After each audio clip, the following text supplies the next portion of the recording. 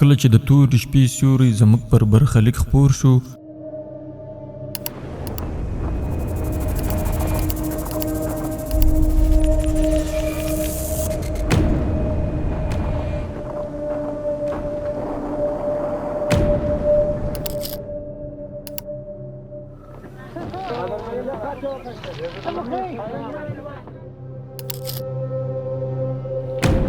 نو د مظلوم افغانانو د هجرت کیسه پیل شوه.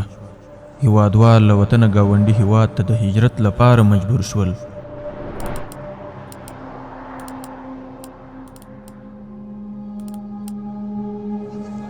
هجرت هغه سفر دی چې هر ګام یې له جدایۍ او هر شپه یې له درد او لوږې سره مل وي. که څه هم د اشغال له کبله له خپل ټاټوبي بې برخې شوي وو، خو د هیواد یادونه یې تل له آشنا آهونه سره مل وو.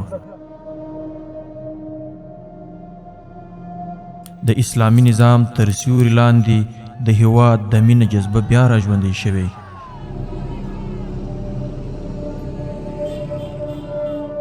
او هغه زړونه چې د هجرت په غم خفه وو، نن له امید او خوشحالۍ نه ډک بیرته خپل ټاټوبي ته ستنېږي. خو آیا د دې کیسې بل مخ هم شته؟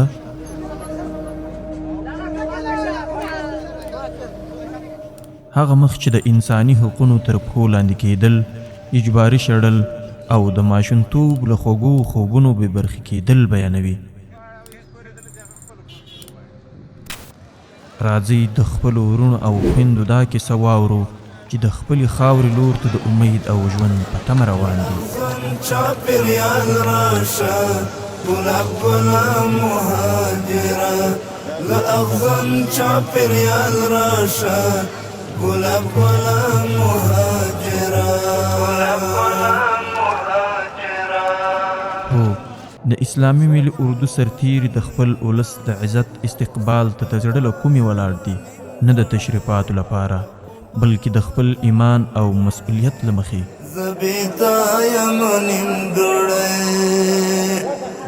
قدرمنو لیدونکو، هغه څه درته وړاندې کوو چې په دې اوږد مزل کې ترسره شوي دي زموږ افغانانو کډوالو ورونو سره، چې دغه منظره تاسو ګورئ، دغه حالات تاسو وینئ. دا هغه دروند سفر دی چې زموږ افغانان کډوال ورونه دې خوا راوښتي دي. خو لله الحمد د وطن مینه ډېره خوږوي. دا وطن د دوی دی، دې ته هرکلی وایو. هر کله دې راشي ستړي دې مشي او دې ته موږ خوشحاله یو. موږ ورته وایو چې اسلامي ملي اردو ځواکونه او ټول اسلامي امارت ادارې ستاسو په خدمت او په چوپړ کې دي.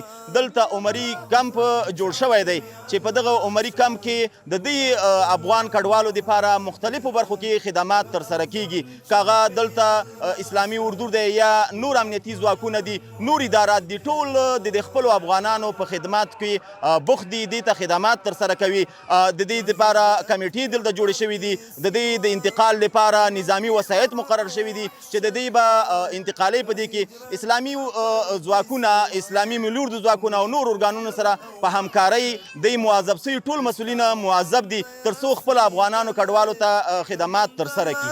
مهاجره اوس کاروان دی رسېدلی تر منزل. زه قسم خورم چې 15 ورځې موږ تېرې کړي دي په جیل کې وته، سیاسر را سره وې، ماشومان را سره ول، موږ ته به یې څه شی نه راکول، موږ ته سپکې پورې ویلې او موږ له خپل امارات نه ډېر خوشحاله یو. او بس دغه ایمارونو ته دا درخواست ده چې خپل وطن ته راسي، خپله خاورې ته راسي. خپل وطن مې خوښ ده، دغه خاوره خورم او پردي دا خاوره خورم، خو پردي وطن ته به زه به پاکستان ته لاړم شم. ما به د مور شیدو نه یې رودلې او زه به افغانی نه یم. که بیا زه پاکستان ته لاړم، زما د دا مخ تور کې او دا ټولو ایمارونو ته دا پیغام ګلاب ګلاب مهاجره. موږ هلته 40 کاله تېر کړي دي. 40 کاله د موږ سره کارټونه وو، نو اوس یې هلته د موږ نه کارټونه ویوړو، نو موږ هغو ته دا عرض وکړو چې موږ ته کارټونه بیرته راکړئ، چې موږ خپل حکومت ته کارټونه وکړو چې یا موږ مهاجر ډېر پخوا تللي وو. خو هغوی د موږ نه کارټونه کېښول، هغه په موږ باندې دا نظام لګوي چې تاسې خو یې غیر قانوني دنیا ته هم بدنامه کوي. اوس نو موږ غیر قانوني نه وو، موږ هلته دی ساتلی وو، د موږ په سر باندې ډالر خوړله. مې لیدله او څارله مهاجره بعد از خانه ما را کشته برد، از ما پیسه میگرفت، از ما برادر گفت هر روز ظلم بود، شب و روز هیچ وقت نداشتیم. از دو وطن آمدیم من خوب شدم و یه شب خو نداشتم، روز خو نداشتم، ایتش بازار بودم کشته نمیتونستم، ای خانم برآمده نمیتونستم، بچه کچم نمیتونست، خودم نمیتونستم، خانه نشین بودم، در کار غریبی نمیمون دیگه. اوجا خوب بندی بودم، در ما بس بودم، ای ما بس هم بتر بودم. دا څه ټایم مخکې نیولي ولو جیلم جیل ته بوتلو نه څلوېښت بیا موږ په جیل کې تېرې کړې ولې په موږ باندې وروره په جیل کې تشنابونه پاکوله او کارونه را باندې کوله موږ لمبېدلو هېڅ شی نه ولو. هره ورځ قیامت نه کوي چې یو غړپ د الحمدلله ډېر الله نه راضي یم چې مخته موږ کوشش کوو پلرو نه را سره منله نن سختي مخته مې را باندې راوسې ده په هر کال باندې دا اوس 2 میاشتې مخته دومره سختي راوړې والله چې یوه ورځ شپه په کور مې نه سوی کولی هره شپه مو غیب چاپې ووال کېدلې بس په چاپې ووال سوې د ما سکني د خپل تربور نه د قسم درته کوم چې جیل ته یې وړي وو دومره نظامونه پرې لګولي 12 لکه روپۍ پرې ولګېدلې بیا یې غریبان مټ کې را پرېښودل داسې ورځ به نه وه چې دوی به یې نیول نو چې وبه یې نیول نو بیا پیسو نه بغیر به نه پرې شکون را یې کوله. چاپېریال راشه ګلاب ګله مهاجره چې نن را په موږ د پاکستان حکومت د شپې 3:30 بجې چاپوله د کور نر کوچنی دا ګرد شپږ میاشتې کوچنی لا پرېنه ګرد دی پورته کړه او موږ ته سهار ډوډۍ په 11 راکوله او ماښام ډوډۍ تقریبا په 9 بجو راکوله په موږ ډېر ظلمونه کوي. زمونږ کاروبارونه او دوکانونه هغه ټول هلته ذبح کړل نه سامان میلاو شو جیلونو کې واچولو زنانه کورونو کې پاتې موږ په جیلونو کې وو هغه رقص مرته وکړو چې لکه دا معامله داسې ښه نه ده ته چې موږ پرېږدي موږ خپله ځو هېڅ څه وایي سپارښت نه منو وروره که تاسې په هغه ورځو کې 20 ورځو کې دا ما کاروبار تاسې ولې نه دی ختم کړی او ولې نه یې تللی پاڼه دې کړه ښکلي او بدن جیل کې من نفر پراته واړو واړو بچي اچولي دي واړو واړو بچي په جیل کې اچولي دي اسو خپل سرونه راوایستل وایي چې بیا هغه نه یو هغه هم بس دي چې هغه په تاړه کې پراته دي. مهاجره له اغزن چاپېریال راشه ګلاب ګله مهاجره. الحمدلله شکر ده شکرونه کاږم خپل وطن ته راغلم که زه چې کله دغه ځای کې ښکتلم زه تقریبا د 9 کاله وم ورېمې دا نور عمر 45 کاله تېر کړه اوس یې راغلم ډېره خوشحالي ده الحمدلله زه ډېر خوشحاله ګلاب ګله مهاجره. د اسلامي ملي اردو استقبال یوازې د یو رسم نه بلکې د خپلو هیوادوالو سره د مینې او اخلاص ښکاره پیغام دی.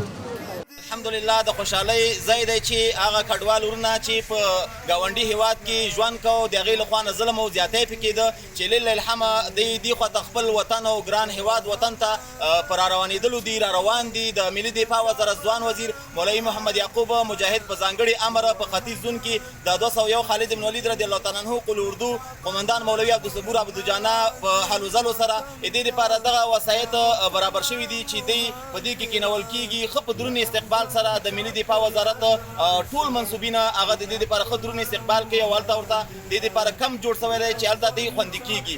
ټول هیوادوالو باندې غږ کوم چې هېڅ اندېښنه ونه کوي دا مو خپل وطن او خپل هیواد دی انشاءالله ستاسو دپاره به هر قسمه د ژوند هغه اسباب او زمینه برابرېږي.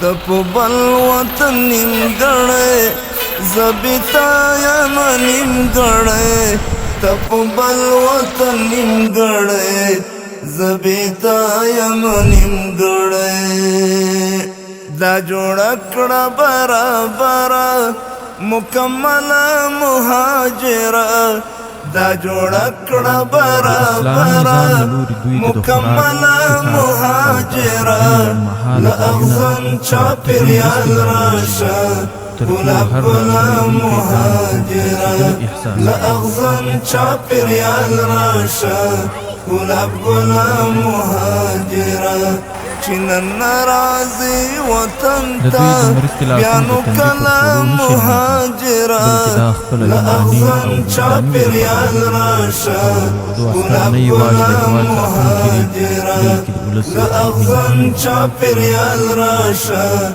ګلاب ګله مهاجره. دلته چې مهاجر اوله پله د پاکستان د دغه څخه راواوړي فرضي کرښه کې هلته یوه کمیټه ده د ثبت په نامه چې هغه هلته د دوی بایومټریک BPK او دا د ثبت ورقه ورته جوړوي. هغه چې ورته جوړه کړه دغه ځای څخه بیا مهاجر د انتقالاتو کمیټه ترانسپورټ کمیټه را نقل کوي عمري کیمپ ته په خپلو موټرو کې.